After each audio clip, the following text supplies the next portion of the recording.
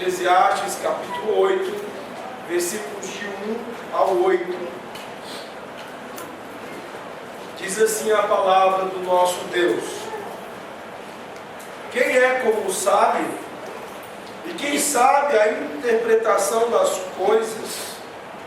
A sabedoria do homem faz reluzir o seu rosto e muda-se a dureza da sua face.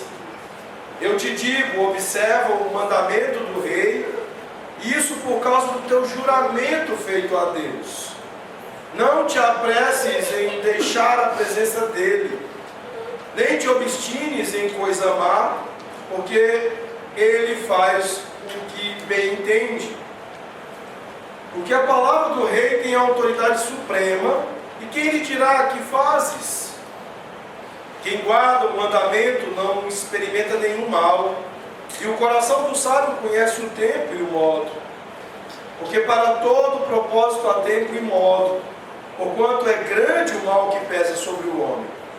Porque esse não sabe o que há de suceder, e como há de ser, ninguém há que lhe declare. Não há nenhum homem que tenha domínio sobre o vento para o reter, nem tampouco tem ele poder sobre o dia da morte. Nem há tréguas nesta peleja, nem tampouco a perversidade livrará aquele que a ela se entrega. Até aqui. Nós vamos, neste momento, orar, falar com o nosso Deus, clamando por sua direção nesta manhã. Senhor, nosso Deus e nosso Pai, nós estamos diante da tua palavra, Senhor. Palavra que já temos sido lida, ela já fala aos nossos corações, já nos instrui, nos corrige e nos encoraja, ó Pai, a respeito das tuas coisas, Senhor. Mas, ó Deus, nós queremos aprofundar a respeito do entendimento dela, de suas aplicações, daquilo que o Senhor tem para nós, ó Pai, através desta porção das Escrituras Sagradas. Mas, ó Pai, portanto, nos achegamos a Ti, ó Deus, para clamar por direção, ó Pai. De maneira que pelo Teu Santo Espírito, pela direção dEle, aquilo que seja dito corresponda tão somente à palavra do Senhor. E de igual modo, ó Pai, o Teu Santo Espírito nos dirige a cada um dos ouvintes nesta manhã, fazendo, ó Deus, cada um ouvinte sincero, pronto e disposto, ó Pai, a ouvir a Tua palavra e a recebê-la com prontidão, ó Deus, com disposição em seus corações para sair daqui para vivê-la. É o que nós te pedimos, ó Pai, não porque merecemos, mas unicamente confiados em Cristo Jesus, no nome de quem nós oramos. Amém. Meus irmãos, no domingo passado, no final do capítulo 7, a partir do verso 7 até o final do verso 29, nós vimos algumas características importantes da sabedoria como fundamento da vida significativa. Vimos nos primeiros versículos, na parte da manhã, a necessidade de se ter em mente que a morte é ao mesmo tempo um biógrafo e um evangelista. Na medida em que esta consciência da mortalidade e o anúncio que a própria morte faz da vida que nos espera, no julgamento vindouro do nosso Deus, nós vimos que ali nós também percebemos que se revela o coração do sábio.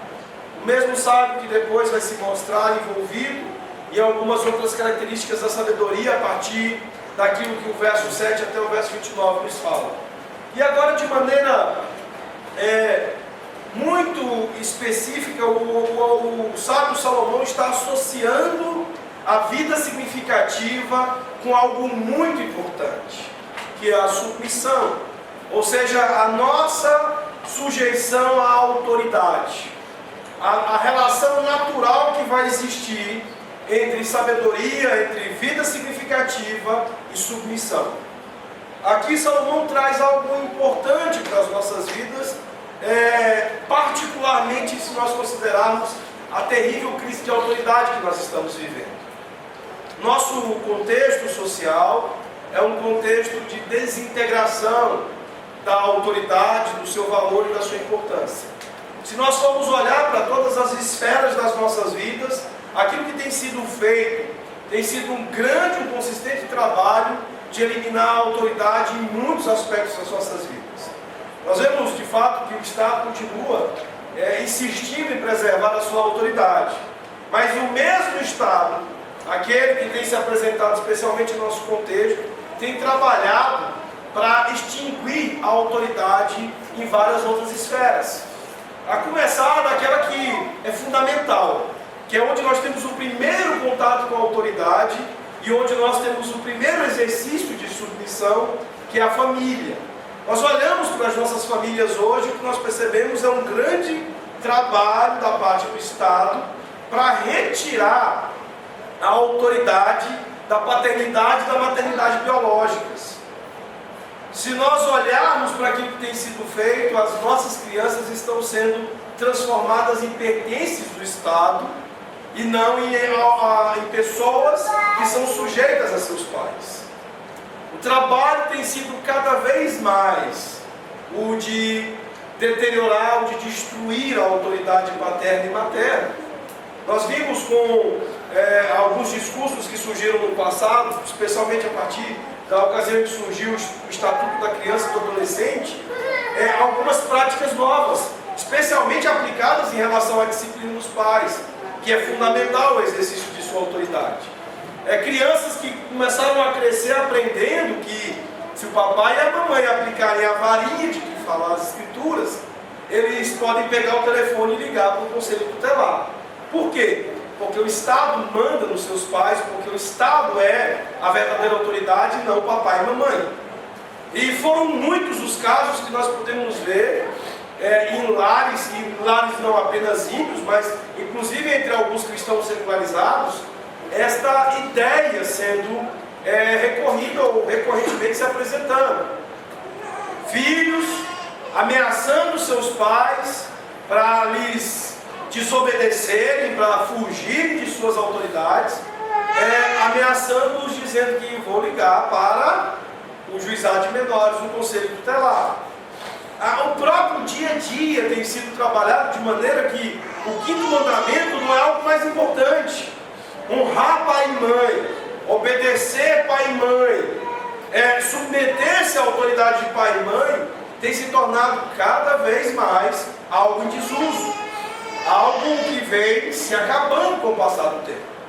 Há poucos dias eu compartilhei uma reportagem de uma estudiosa canadense sobre os efeitos que o casamento, a proposta de paternidade homossexual ou maternidade homossexual, sabe-se lá como é que se organiza isso, os efeitos que isso tem sobre a vida civil das pessoas. Lá no Canadá e terá em outros lugares do mundo, observando-se o mesmo processo. Em uma década, o que viu-se socialmente acontecer no Canadá é que cada vez mais o conceito de paternidade biológica está ruindo. A ideia é de que pais são apenas uma figura, assim como aquilo que tem sido feito com os professores. Não a figura do responsável, daquele que tem autoridade ou detém autoridade, mas uma figura que temporariamente exerce o comando de seus filhos. E comando que pode ser retirado com a maior facilidade, a qualquer tempo, em qualquer situação. Nós temos visto essa crise de autoridade em outros ambientes.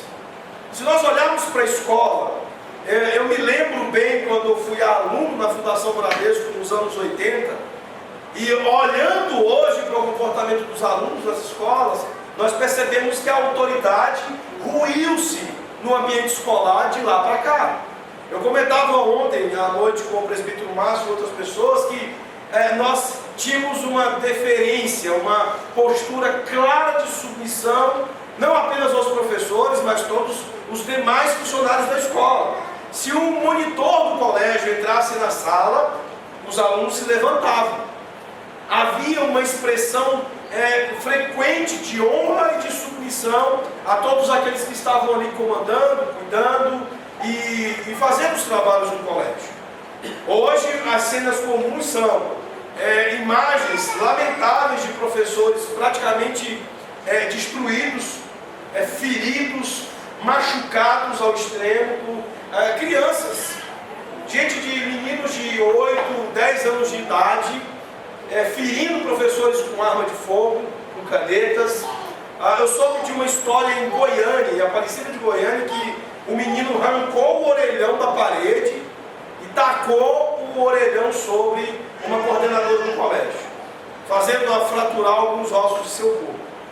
São inúmeros os casos de violência e são inúmeros os casos que demonstram, que evidenciam essa destruição do conceito de autoridade em várias esferas e da insuficiência que tem sido crescente em relação a isso. Aqui Salomão está nos falando de que o sábio, aquele que verdadeiramente é sábio, ele vive uma vida de submissão. A vida significativa é uma vida de submissão. Esse é o argumento de Salomão aqui nesses primeiros versículos do capítulo 8. É o que nós veremos hoje, mais uma vez observando um pouco de como o sábio vive, de como é que é a vida de sabedoria. E uma coisa importante de nós resgatarmos no domingo passado são as questões relacionadas ao conceito de sabedoria. Nós aprendemos que a sabedoria, ela está envolvida necessariamente com a vida centrada em Cristo Jesus. Nós aprendemos domingo passado que o sábio é aquele cuja vida está centrada no senhorio de Cristo, no seu caráter e na sua vontade para conosco. Nisso reside a essência da sabedoria. A sabedoria é encontrada somente em Cristo Jesus e devemos ir atrás dele com todas as nossas forças para que possamos conseguir então essa sabedoria. Provérbios capítulo 4, verso 7 diz que o princípio da sabedoria é: adquire a sabedoria, sim, com tudo que possuis, adquire o conhecimento.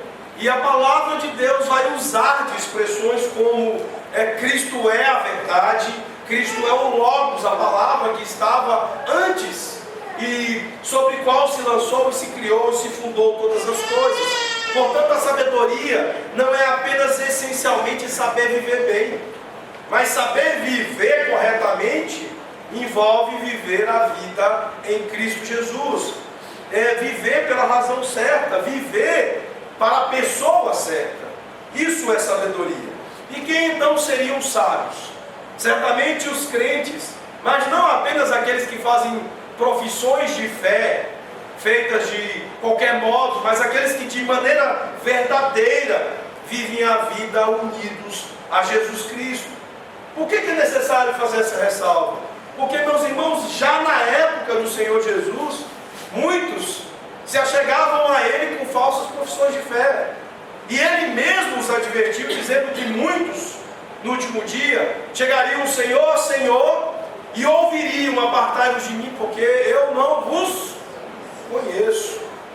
Nos nossos dias, há muitas expressões de falsas profissões de fé.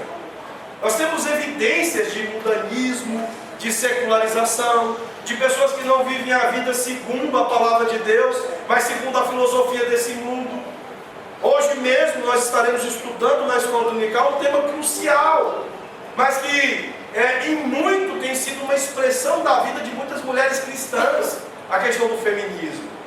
Nós vemos no meio das igrejas muitas feministas, pessoas que vivem não segundo Cristo, mas segundo a proposta de movimentos e de ideologias desse mundo.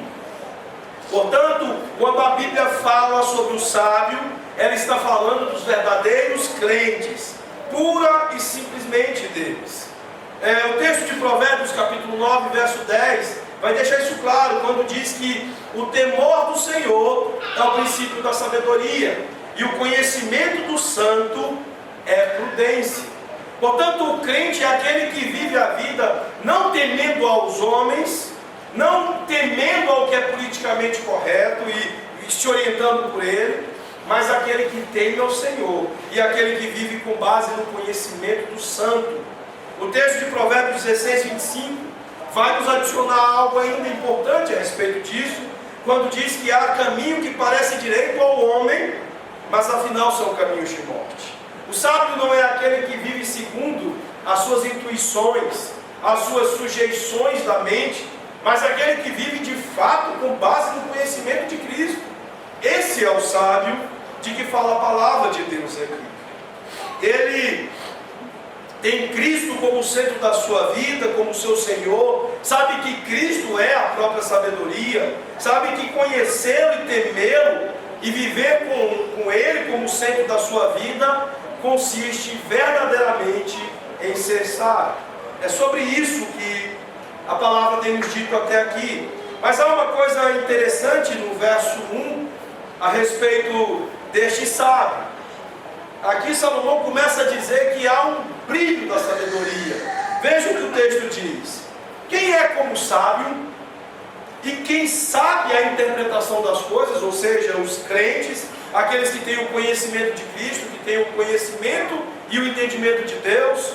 E ele diz: a sabedoria do homem faz reluzir o seu rosto e muda-se a dureza da sua face. Uma coisa interessante a respeito das nossas vidas, meus irmãos, é que nós estamos sendo refeitos à imagem do nosso Senhor Jesus Cristo. E Salomão está dizendo que isso é algo que se torna fisicamente evidente.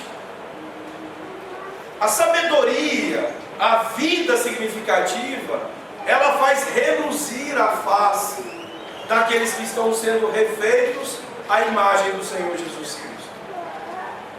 O texto de Provérbios, lá no capítulo 3, verso 11, que nós vimos anteriormente, diz que o Senhor está fazendo formosas todas as coisas ao seu tempo.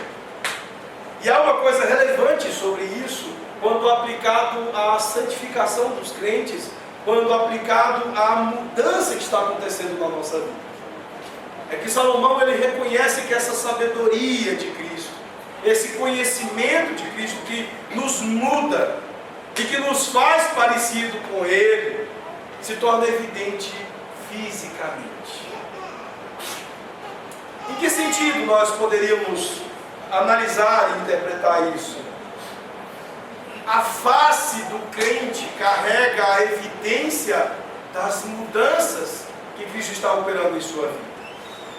A face daquele que vive uma vida de mansidão, de domínio próprio, evidenciará fisicamente a paz e aquela natureza própria da alegria que é fruto de uma consolação da vida no Espírito, uma paz, por exemplo, que se revela e se torna evidente fisicamente, mesmo nos piores contextos, mesmo nas piores circunstâncias. A sabedoria, meus irmãos, precisa ser entendida como algo que se mostra, mas que se mostra de uma maneira diferente da maneira como o mundo quer nos colocar. O mundo tem colocado a proposta de que a sabedoria é arrogante, de que a sabedoria ela é carregada de uma eloquência de conhecimento. Mas Salomão nos chama a atenção para uma expressão física, que é uma expressão da face mudada por Cristo, que é diferente desses traços de arrogância, esses traços comuns do orgulho do conhecimento secular. Portanto, a primeira coisa que nós devemos observar aqui, a respeito da sabedoria aplicada à vida de submissão, é de que esse sábio que é submisso, cuja vida significativa é uma vida de sujeição à autoridade, é algo que é, na sua face, fisicamente evidente. Há uma alegria sobre o rosto de cada crente que está bem com Deus. A paz e a alegria que vem da verdadeira sabedoria e que fica evidente a todos. É disso que Salomão está dizendo aqui. Está chamando-nos a atenção também para o fato de que todos nós devemos fazer progresso espiritual significativo em nossas vidas, de maneira que paz e alegria sejam evidentes no nosso rosto, na nossa face.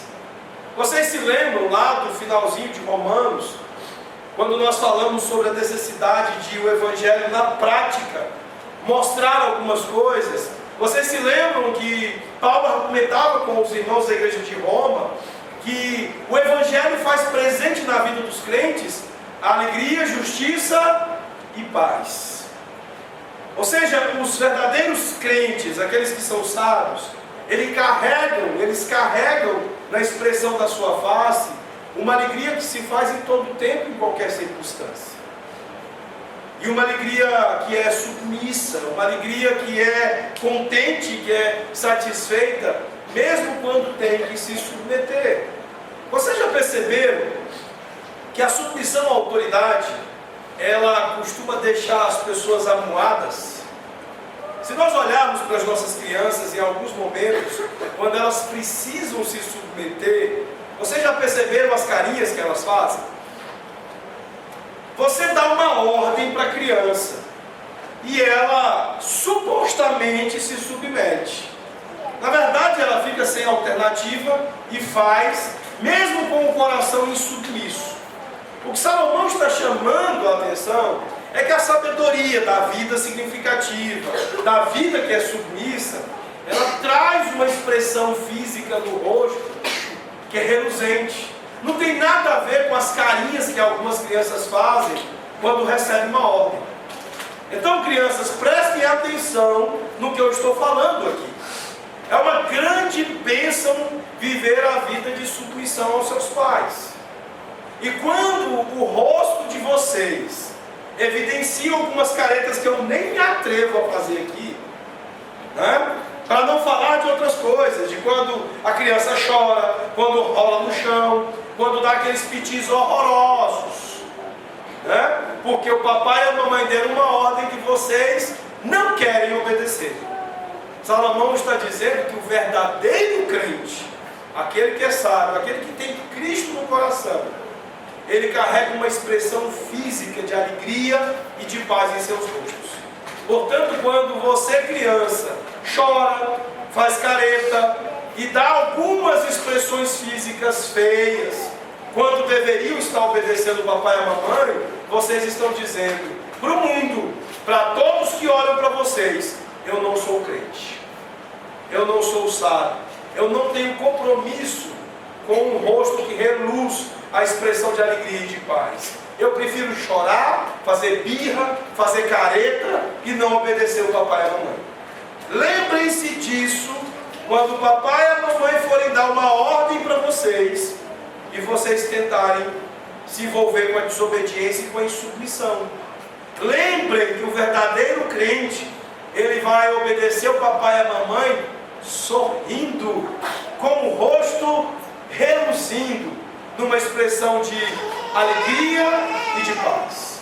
Ok? Vamos ver o que mais que Salomão nos diz aqui, a partir do verso 2. Ele fala que, além dessa apresentação do rosto, essa feição física do sábio, há uma apresentação de comportamento, de postura. E qual é essa apresentação da sabedoria? Verso 2 ele diz: eu te digo, observa o mandamento do rei, e isso por causa do teu juramento feito a Deus. Aqui ele está dizendo que o sábio, ele tem a atitude correta em relação à autoridade. No verso 2, ele começa falando da apresentação da sabedoria, especificamente quanto ao rei. Mas o que é de fato importante aqui, nessa afirmação de Salomão? A expressão, por causa do teu juramento feito a Deus. A coisa mais importante da submissão às autoridades, que nós não entendemos, é que ela está representando uma submissão ao próprio Deus. Pessoas insubmissas, numa primeira avaliação, não são insubmissas à autoridade, mas ao próprio Deus. O filho insubmisso, o cidadão insubmisso, o aluno insubmisso, a ovelha insubmissa, a esposa insubmissa, em primeiro lugar, devem ser vistos não como insubmissos a quem de autoridade de maneira específica, mas como pessoas insubmissas a Deus. A nossa dificuldade com a autoridade, a nossa insubmissão e rebeldia, revelam em primeira face um problema nosso com Deus. É um problema do nosso coração com o nosso Deus. Ah, pastor, mas o meu marido é omisso. Ah, mas o meu marido não é o líder que deveria ser. O teu problema não é com o teu marido, o teu problema é com Deus. Ah, mas o meu professor é chato. problema não é com o teu professor, o teu problema é com Deus. Ah, mas eu não consigo ser um cidadão submisso às leis de um país onde há essa bagunça toda. O teu problema em descumprir as leis legítimas do teu país não são os políticos corruptos, é a tua relação com Deus. É isso que Salomão está dizendo aqui. O nosso problema com o rei, com a autoridade, é um problema dos nossos votos, dos nossos juramentos com o nosso Deus. O apóstolo Paulo, em Romanos capítulo 13, verso 1 e 2, ele diz o seguinte: todo homem esteja sujeito às autoridades superiores, porque não há autoridade que não proceda de Deus, e as autoridades que existem foram por ele instituídas, de modo que aquele que se opõe à autoridade resiste à ordenação de Deus, e os que resistem trarão sobre si mesmos condenação. Essa semana, uma atleta que irá representar o Brasil nos Jogos Pan-Americanos, Joana Maranhão, ela disse que vai ao Pan-Americano, mas não vai representar determinados tipos de cidadãos brasileiros. Ela não vai representar os Malafaias, os Felicianos, os Eduardos Cunhas e todos aqueles que estiverem envolvidos com o pensamento deles. O contexto específico da afirmação dela é a sua revolta com a aprovação da redução da maioridade penal em primeiro turno, em primeira passagem. O que é uma decisão que reflete o desejo de quase 90% dos brasileiros. O que um coração como esse revela? Nós veremos um pouco mais sobre isso daqui a pouco em relação a Deus. Mas revela a insubmissão. Ela, na sua avaliação, que é o pensamento de que algo deva seguir a orientação da minoria, de menos de 15% da população brasileira, faz ela pensar que ela não vai se submeter. Meus irmãos, o sentimento republicano, que foi uma coisa ensinada à sociedade ocidental por cristãos protestantes, o sentimento republicano é o sentimento de que nós nos sujeitamos à decisão da maioria, nós nos sujeitamos à decisão das coisas públicas, das leis legítimas. Há um sentimento recorrente de insubmissão na vida do ser humano. Há em vários contextos. Ah não, eu não votei em fulano, então ele não é o meu presidente. Não é assim que as coisas funcionam. Ah, eu não votei no pastor fulano de tal quando teve eleição da igreja, portanto ele não é o meu pastor. Eu fui um dos 3 dentro de 100 que não votaram na eleição do pastor, então eu não estou sujeito a ele. Não é assim que as coisas funcionam. Você sabe por quê? Porque não é você que faz a ordenação da autoridade. Não é você que escolhe o professor, não é você que escolhe seu pai e sua mãe, não é você que escolhe o governante, não é você que escolhe as autoridades. Deus as escolhe, Deus as ordena, e a sua insubmissão revela um problema seu com Ele. 1 de Pedro, capítulo 2, verso 17, diz: tratai todos com honra, amai os irmãos, temei a Deus, honrai o rei. Ou seja, Pedro está dizendo, está nos colocando, que esse exercício de honra já é uma coisa que deve acontecer em relação a todos. Se nós formos para Efésios 5, 21, nós vamos ver que a sujeição é uma regra relacional. Se eu estiver bem com Deus, se eu estiver temendo a Deus, eu vou sempre me sujeitar ao outro. Lá em Filipenses capítulo 2, quando Paulo vai estabelecer alguns princípios relacionais, ele vai dizer que nós temos que considerar o outro superior a nós mesmos. São um princípio relacional fundamental. Assim como Paulo diz que nós não devemos pensar de nós mesmos além do que convém. como algo fundamental para termos as relações corretas. Não sou eu que ordeno as coisas, Deus as ordena, e eu vivo a vida significativa sujeito a esta ordenação.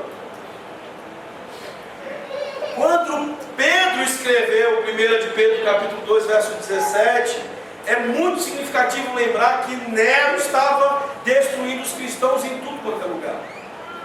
O próprio Nero depois iria martirizar Pedro, o crucificando de cabeça para baixo. E olha como Pedro se expressa sobre como deve ser o tratamento das autoridades. Ele diz que literalmente nós devemos premiar o rei. Por quê? Porque Nero merecia? Não. Porque Deus merece a nossa submissão. Porque Deus tem direito a ela. Porque Ele ordenou as coisas de maneira que nós devemos ser submissos. Você precisa ter uma atitude correta para uma autoridade. Sua atitude em relação à autoridade é verdadeiramente a sua atitude para com Deus. Isso deve ser aplicado em todas as áreas da tua vida. Em que áreas? Na família, como eu já falei. Moisés e Paulo diz que nós devemos honrar pai e mãe. Isso nós encontramos em Êxodo 20, no 5º mandamento. Isso nós encontramos em Efésios, capítulo 6, versos de 1 a 3. Honrar pai e mãe. Premiar o pai e a mãe com a nossa submissão. Isso é princípio bíblico, e a Escritura diz que esse princípio bíblico alonga os nossos dias. Traz à nossa vida algo fundamental, que é o fato de que esta submissão, esta sujeição, traz a bênção de Deus sobre nós. Devemos honrar os nossos pais. E nisso eu exorto os pais aqui presentes a que não façam de seus filhos iguais a você. Não machuque a alma do seu filho, não fira a alma do seu filho, trocando o modo bíblico da sua relação com ele por um modo psicologizado, um modo secularizado, mundano, em que você é colocado como um amigo do seu filho, uma pessoa que você vai sentar e vai resolver no papo e na conversa, quando é necessário muitas vezes, não isso, mas aquilo que Deus ordena, que é aplicar disciplina e correção. Entenda que há uma relação hierárquica entre você e seu filho. Você é pai e ele é filho. E ele deve honra e obediência a você. Ensine isso a ele. Ensine o seu filho a honrar o 5º mandamento. Não permita que a sua alma caminhe para o inferno. Porque quando nós permitimos a insubmissão dos nossos filhos, a quebra do mandamento do Senhor, nós estamos permitindo que Satanás se aposse de sua vida. Preservemos, meus irmãos, a relação dos nossos filhos com Deus, não permitindo que na nossa relação com eles quebrem o 5º mandamento. No casamento, é-nos dito para nos submetermos aos outros, bem como a esposa submeter-se ao seu marido. Mulheres, irmãs, não lancem o interesse de suas almas para o inferno sendo insubmissas. Assim sucede com pessoas ímpias e não com os sábios. As mulheres sábias são aquelas que vivem a vida centrada em Cristo e são, portanto, submissas aos seus maridos, honrando a liderança de seus maridos. No nosso emprego, o texto lá de Efésios capítulo 6, verso 5 diz: quanto a vós outros servos, obedecei a vosso Senhor segundo a carne, com temor e tremor, na sinceridade do vosso coração, como a Cristo. Você tem obedecido o seu chefe, o seu patrão, como a Cristo? A submissão no emprego é uma bênção, está dizendo a palavra de Deus. É uma evidência da verdadeira espiritualidade, é uma evidência da verdadeira relação com Deus. Empregados insubmissos são uma lástima. E crentes que são empregados insubmissos são um péssimo testemunho do Evangelho. No governo, como nós já mencionamos, Paulo diz que devemos nos submeter às autoridades governamentais. Ele deixa claro que eles existem porque foram instituídos por Deus.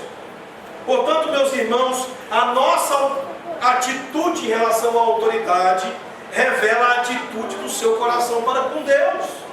É tudo sobre espiritualidade, é tudo sobre a verdadeira espiritualidade. Você é uma pessoa submissa ou você é teimoso? Há uma outra coisa de que Salomão fala aqui sobre a apresentação da sabedoria. Vejam comigo o verso 3 e o verso 4, parte A. Ele diz: não te apresses em deixar a presença dele, nem te obstines em coisa má, porque ele faz o que bem entende, porque a palavra do rei tem autoridade suprema.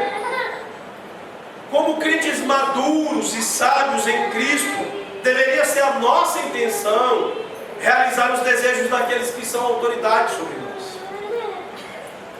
E aqui eu gostaria de falar mais do que simplesmente em relação ao Estado. Devemos querer realizar esses desejos como uma expressão de submissão. A verdadeira submissão não existe quando nós ignoramos o desejo daquele que tem autoridade sobre nós. Quando o pai e a mãe são abandonados pelos filhos em relação aos desejos deles. Quantos pais, quantas mães são hoje ignorados por filhos pequenos?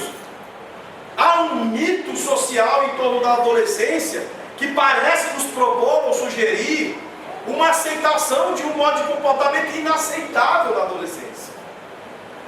De que os adolescentes simplesmente não querem a companhia dos pais, preferem a companhia de outros adolescentes. Às vezes a igreja alimenta isso, criando a UPA e estimulando essas sociedades etárias a promover uma separação da família. O pai trabalha a semana toda, a mãe se ocupa a semana toda com tarefas domésticas, os filhos a semana inteira na escola. Quando chega o final de semana e o pai deseja: amanhã eu vou passar a tarde fazendo um piquenique com os meus filhos lá no parque da cidade. E aí o filho adolescente vira assim: ah não, pô de vergonha do meu pai e da minha mãe. Não é isso que a cultura tem ensinado? Eu não, prefiro andar com os colegas. Eu vou com os bros para passear, para ir para não sei onde. Esse negócio de andar com velho. Não é assim que a cultura tem aceitado um padrão inaceitável de conduta e comportamento? O texto está dizendo: atende para o desejo daquele que tem autoridade sobre você. 1 Coríntios 7 diz que a vontade da mulher casada é para o marido. E aí tem mulher que se sogra da igreja, fica fazendo o que Cristo não pediu para fazer, e aí dizendo: eu sou espiritual, eu passei os últimos dias 4 domingos, 4 sábados envolvido com bazar da sábado, bazar de não sei o quê. E a vontade do marido, o desejo do marido, coitado do marido. E por aí vai. O chefe que deseja um envolvimento maior do empregado, do funcionário com as coisas da empresa, e ele simplesmente não atenta para o desejo daquele, o desejo legítimo. É bom que se diga isso, daqui a pouco eu vou explicar um pouco mais sobre isso, mas é bom que se diga que aqui nós não estamos falando dos desejos ilegítimos de reis, imperadores, governantes, pais e mães, chefes, patrões. Estamos falando aqui de que nós devemos nos submeter, exercendo e nos empenhando em realizar os desejos legítimos daqueles que são autoridade sobre nós. Deus está sendo desafiado quando nós agimos de maneira errada em relação àqueles que nos lideram. As nossas intenções precisam ser corretas em relação àqueles que nos lideram. A parte final do verso 4 nos fala sobre algo muito importante. Diz: e quem lhe dirá, que fazes? Nós somos hoje uma sociedade extremamente questionadora. Nós temos pressa em questionar. Isso revela algo que é contrário à apresentação do sábio. O sábio, ele tem as palavras certas em relação à autoridade. Ele saberá escolherá o tempo e o modo adequado de apresentar estas palavras. Se você quiser algo de alguém, quer que se trate de um amigo, do seu cônjuge, do seu empregador, será muito importante em relação a isso, não apenas o que você diz, mas será importante como você diz. E o que nós temos visto hoje é uma grande falta de sabedoria no trato com as lideranças, com as autoridades. Filhos não sabem pedir as coisas aos seus pais. Uma coisa que eu gostaria de dizer para vocês, crianças, é que vocês precisam aprender a pedir as coisas para o papai e para a mamãe. Alguns de vocês aprendem de uma coisa que a cultura ensina que é muito errada, que é o tal do poder do choro e da birra. Ah, eu quero alguma coisa do papai e da mamãe. Aí o que eu faço? Eu choro. Tá certo isso? É errado, é pecado. Por quê? Porque não é apenas importante o que eu peço, mas como eu peço. Não é certo pedir as coisas para o papai e para a mamãe chorando. É muito pior ainda quando você quer pedir as coisas para o papai e para a mamãe rolando no chão, dando birra, fazendo pedir. Do mesmo modo, vocês adultos também precisam aprender a lidar com as autoridades. Entender que aquilo que você fala é importante. Como você fala é importante. Quando você se aproxima de alguém em posição de autoridade, nunca é certo fazer uma acusação, a menos que você tenha testemunhas. É esse o ensino de Paulo lá em 1 Timóteo, capítulo 5, verso 19. Não admita acusação contra um ancião, senão na evidência de 2 ou 3 testemunhas. Isso se aplica a toda a autoridade. Nós precisamos ser zelosos e não levianos com as nossas autoridades. Nós precisamos ter muito cuidado com o que falamos sobre autoridades. E aqui, por exemplo, eu chamo a atenção daqueles pais que voltam para casa dentro do carro falando mal do pastor, falando mal do presbítero, falando mal do diácono. Lembre-se, a sua maneira leviana no tratamento das autoridades diz muito sobre a maneira como o seu filho depois vai acabar lhe tratando. Nós precisamos tomar cuidado sobre o que nós ensinamos aos nossos filhos sobre a autoridade. E quando falamos levianamente de autoridades, nós estamos ensinando os nossos filhos a não terem respeito e a não terem apreço por autoridades. Verso 5, nós vamos também aqui começar a observar algumas coisas importantes. Não apenas é importante vermos essa apresentação da sabedoria, mas entender como funciona o discernimento dos sábios. Ele diz: quem guarda o mandamento não experimenta nenhum mal. O sábio sabe que viver em submissão traz a paz, evita problemas, evita o mal. Em primeiro lugar, o sábio não irá se meter desnecessariamente em problemas. Grande parte dos nossos problemas são causados pelos nossos pecados. Se você está numa relação correta com Deus e com os outros, você vai se livrar de muitos problemas. Você pode experimentar alguns outros, mas é muito importante que você não seja o causador dos problemas. A segunda coisa sobre isso é que, mesmo que você tenha esse comportamento, isso não significa que você vai ter uma vida perfeita. Os problemas existirão mesmo quando você se esforça para não pecar. Mas isso é motivo para você fazer o que é errado? Se você tem problemas com algumas autoridades, isso será motivo para que você seja uma pessoa insubmissa. Ah, o nosso país está como está, então daqui para frente eu vou tocar o terror. Eu não vou mais obedecer a lei de trânsito, eu não vou mais obedecer às leis do meu país. Já que eles fazem o que fazem, essa turma da Lava Jato, então eu também não vou mais me cuidar. Entenda uma coisa: nós já temos problemas o suficiente por causa do pecado dos outros. Não vamos criar novos problemas causados pelos nossos pecados. não vale a pena. Não é bom para as nossas vidas, para as nossas almas. Lembre-se de que é muito importante nós cumprirmos a nossa parte, para que Deus possa nos abençoar então, e nos dê assim vida longa, como diz Êxodo 20, e como Paulo fala em Efésios capítulo 6. Nós devemos manter as ordens daqueles que têm autoridade sobre nós.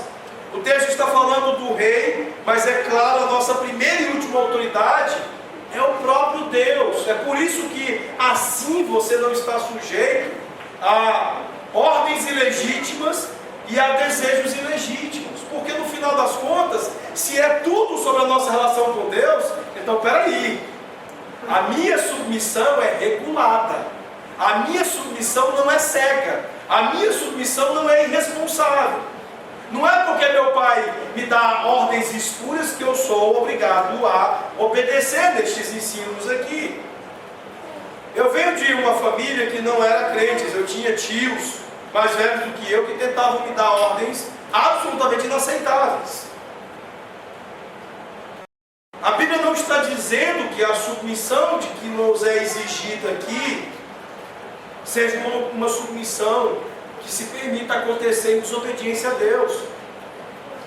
Nós vivemos hoje num país ímpio, governado por pessoas terríveis. Quando Pedro falou sobre honrar ao rei, ele não falou de obedecer a Nero cegamente, ou de obedecer a Nero cumprindo as suas ordens ilegítimas e os seus desejos ilegítimos, mas não devolver à má liderança de Nero uma atitude como aquele rapaz promoveu lá nos Estados Unidos em relação ao presidente do nosso país. Eu pergunto para vocês, se ele for um rapaz crente, o que as pessoas estarão pensando das igrejas uma hora dessas? Vão dizer, falar assim, olha, é tudo do mesmo jeito. Está vendo como os crentes parecem com a presidente? Ela também, quando era jovem, agia em relação às leis do país como uma bandida, como uma criminosa. E está vendo? Ela vira presidente e está aí os crentes ofendendo a Dilma, tratando a Dilma do mesmo jeito que ela tratava os que a governavam. Nós não devemos nos igualar ao ímpio. O ímpio não é um modo aceitável de vida para a gente. Como crentes, nós não iremos obedecer às ordens e aos desejos ilegítimos, mas também não iremos nos envolver com o pecado, com a ofensa ao mandamento da lei de Deus. Por quê? Porque seja para uma coisa, seja para outra, nós estamos sujeitos à autoridade suprema das nossas vidas, o nosso Senhor Jesus. Cristo, Ele é a primeira e a última autoridade, a sua palavra é aquilo que nos orienta. Se você viver uma vida submissa, você vai caminhar na bênção de Deus. O seu rosto vai brilhar. Isso significa que você terá alegria e paz.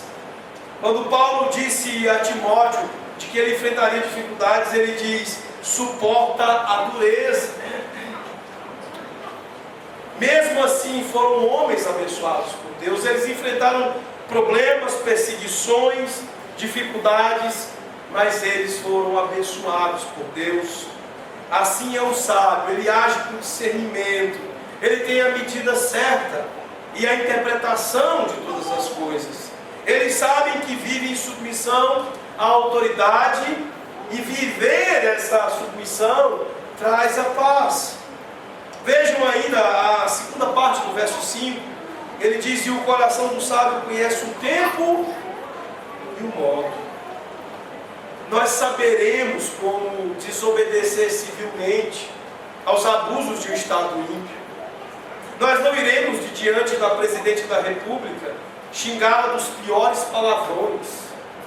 Antes nós faremos documentos, antes nós agiremos com inteligência, escreveremos e usaremos a palavra de Deus para confrontar. Faremos pedidos e assinaremos pedidos de impedimento, de impeachment. Faremos e usaremos os meios legais para oferecer e interpor a nossa desobediência civil. Nós estaremos agindo através de testemunho do Evangelho e não como estes mesmos que assaltaram a nação e hoje ocupam os postos de autoridade, obviamente que permitidos por Deus. E aí você pergunta, mas pastor, o que Deus quis colocando pessoas desse tipo à frente da nossa nação? Certamente a palavra de Deus vai nos dizer que Deus está exercendo juízo sobre a nação. Nós precisamos olhar para os nossos próprios corações, ver o pecado que há nas nossas vidas, o nível de secularização com o qual nós nos envolvemos. Por quê? Porque uma parte considerável dos votos que colocaram essas pessoas lá foram dados por crentes, por pessoas que abandonaram a palavra de Deus e se tornaram marxistas, socialistas, porque pessoas abandonaram os princípios bíblicos e estão aceitando uma visão de mundo absolutamente oposta àquilo que Deus tem nos ensinado.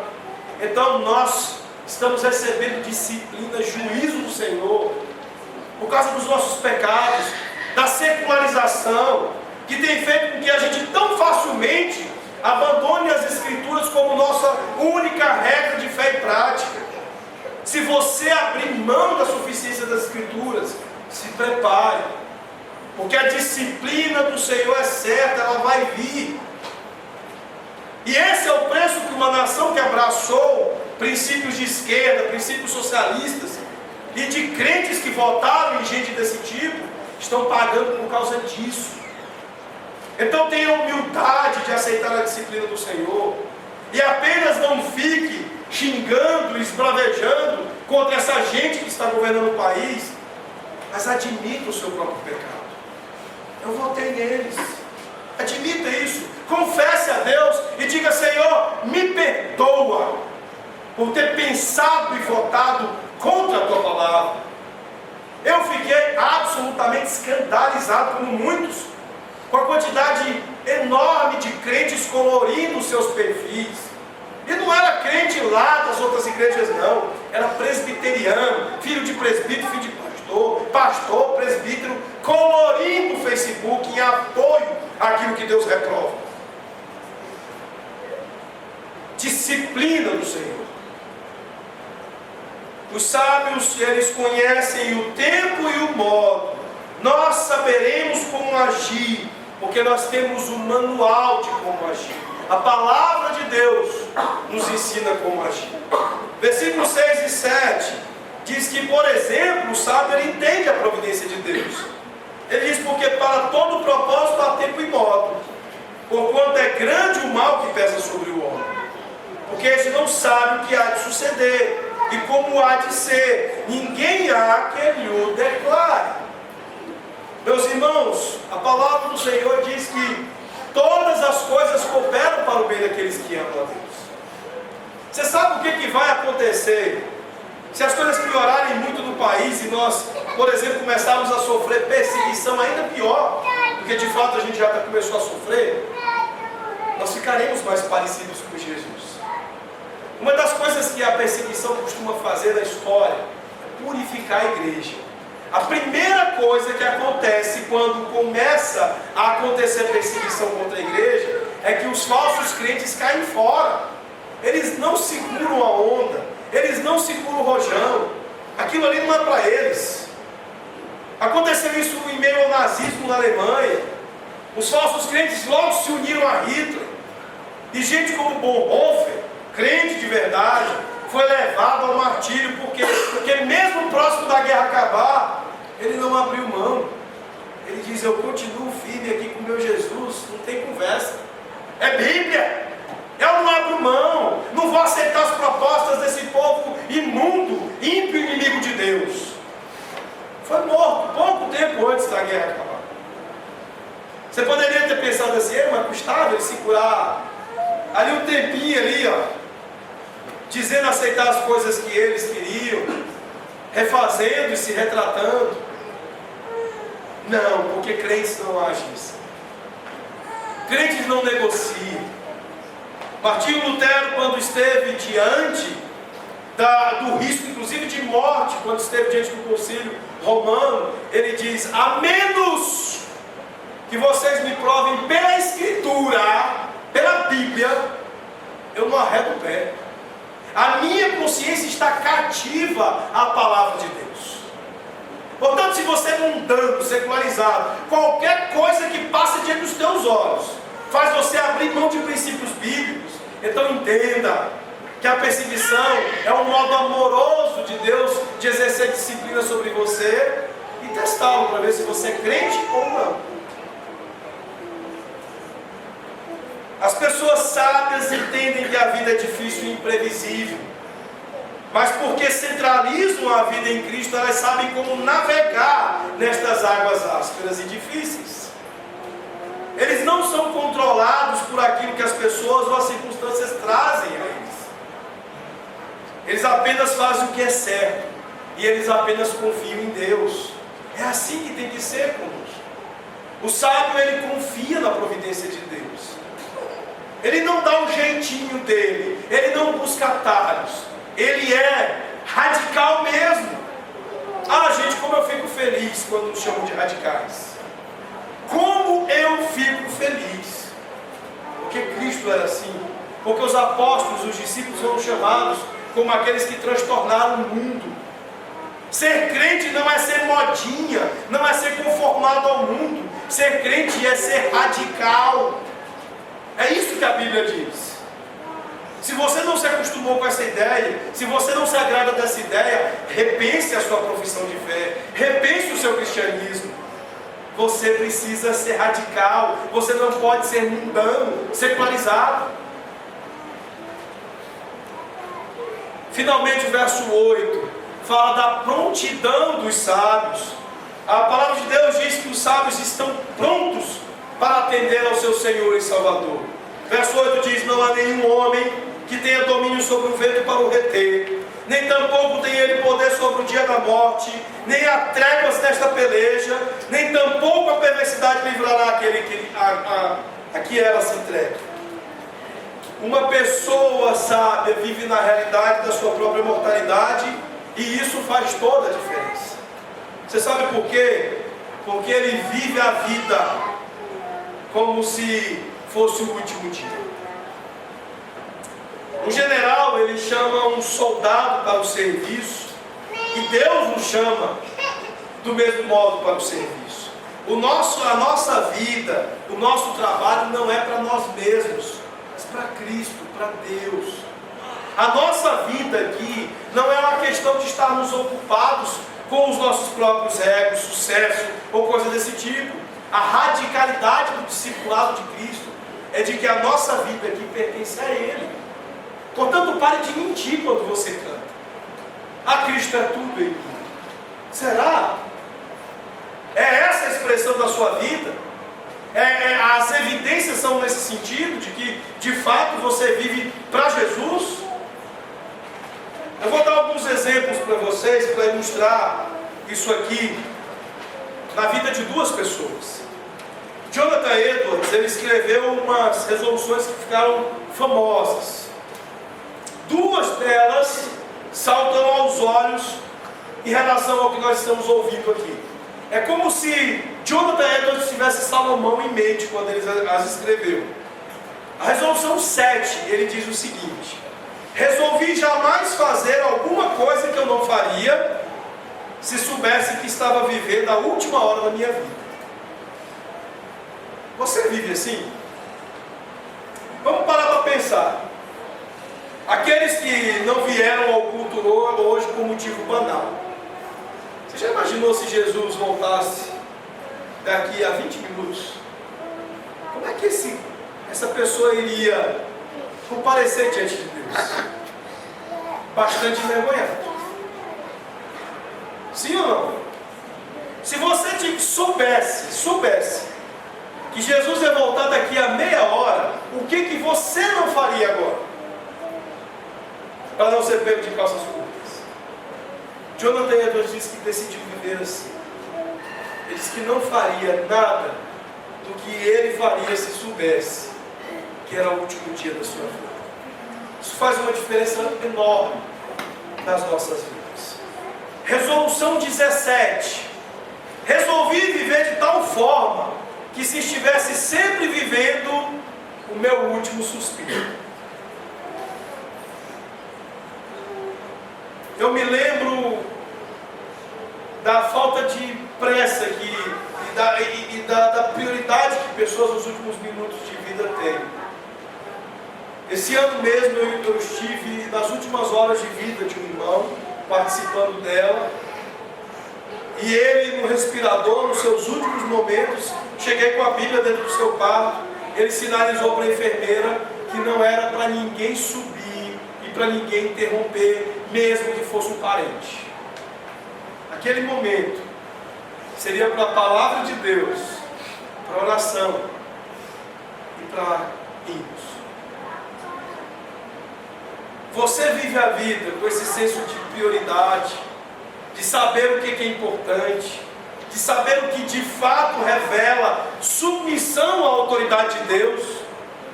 A vida significativa é a vida submissa às autoridades, mas porque isso tem que revelar uma submissão à autoridade de Deus. Tim Elliott, que foi missionário junto aos índios Alca, que foi morto por eles, ele disse duas coisas que deveriam ocupar as nossas prioridades. Em primeiro lugar, ele diz: onde quer que esteja, seja tudo lá. Viva ao máximo cada situação que você acredita ser a vontade de Deus. E ele também disse: Deus, eu oro a Ti, acenda estas varas ociosas da minha vida, e que eu possa queimar por Ti. Consuma a minha vida, meu Deus, pois é Tua. Eu não procuro uma vida longa, mas uma completa, como Tu, Senhor Jesus. Há poucos dias, Mary Elizabeth Elliott, a esposa viúva de Tim Elliott, faleceu. Quando Tim Elliott foi sacrificado, martirizado pelos índios, ela diz: ah, Senhor, dá-me forças, porque agora eu preciso ser pai e mãe. Porque o meu marido cumpriu a vida que o Senhor tinha reservado para ele. Ambos entenderam a providência do Senhor. A conclusão de tudo, meus irmãos, é que se você é sábio, você vai construir sua vida na plataforma da autoridade de Deus, submetendo-se a Ele e a sua palavra e àqueles que Ele coloca em posição de autoridade sobre nós. Deus é a autoridade máxima e suprema. Por isso nós somos submissos. Por isso mulheres são submissas aos seus maridos, filhos aos seus pais, cidadãos aos governantes, empregados aos patrões, porque nós amamos nos submeter à autoridade do nosso Deus. É por isso que Deus nos dá exceção a essa regra, permitindo a desobediência. Por quê? Porque antes importa obedecer a Deus do que aos homens. Se o seu pai manda, você é adolescente, se o seu pai manda você ir no prostíbulo, você diz: não, pai, eu lhe respeito, eu lhe honro, mas eu não posso fazer aquilo que meu Deus não aceita. Do mesmo modo, nenhum de nós vai se submeter a ordens ilegítimas, a desejos ilegítimos, porque antes a nossa autoridade é o nosso Deus e a palavra do Senhor. Que Deus nos abençoe, que Ele nos guarde e nos dê a vida significativa que é submissa. Vamos orar.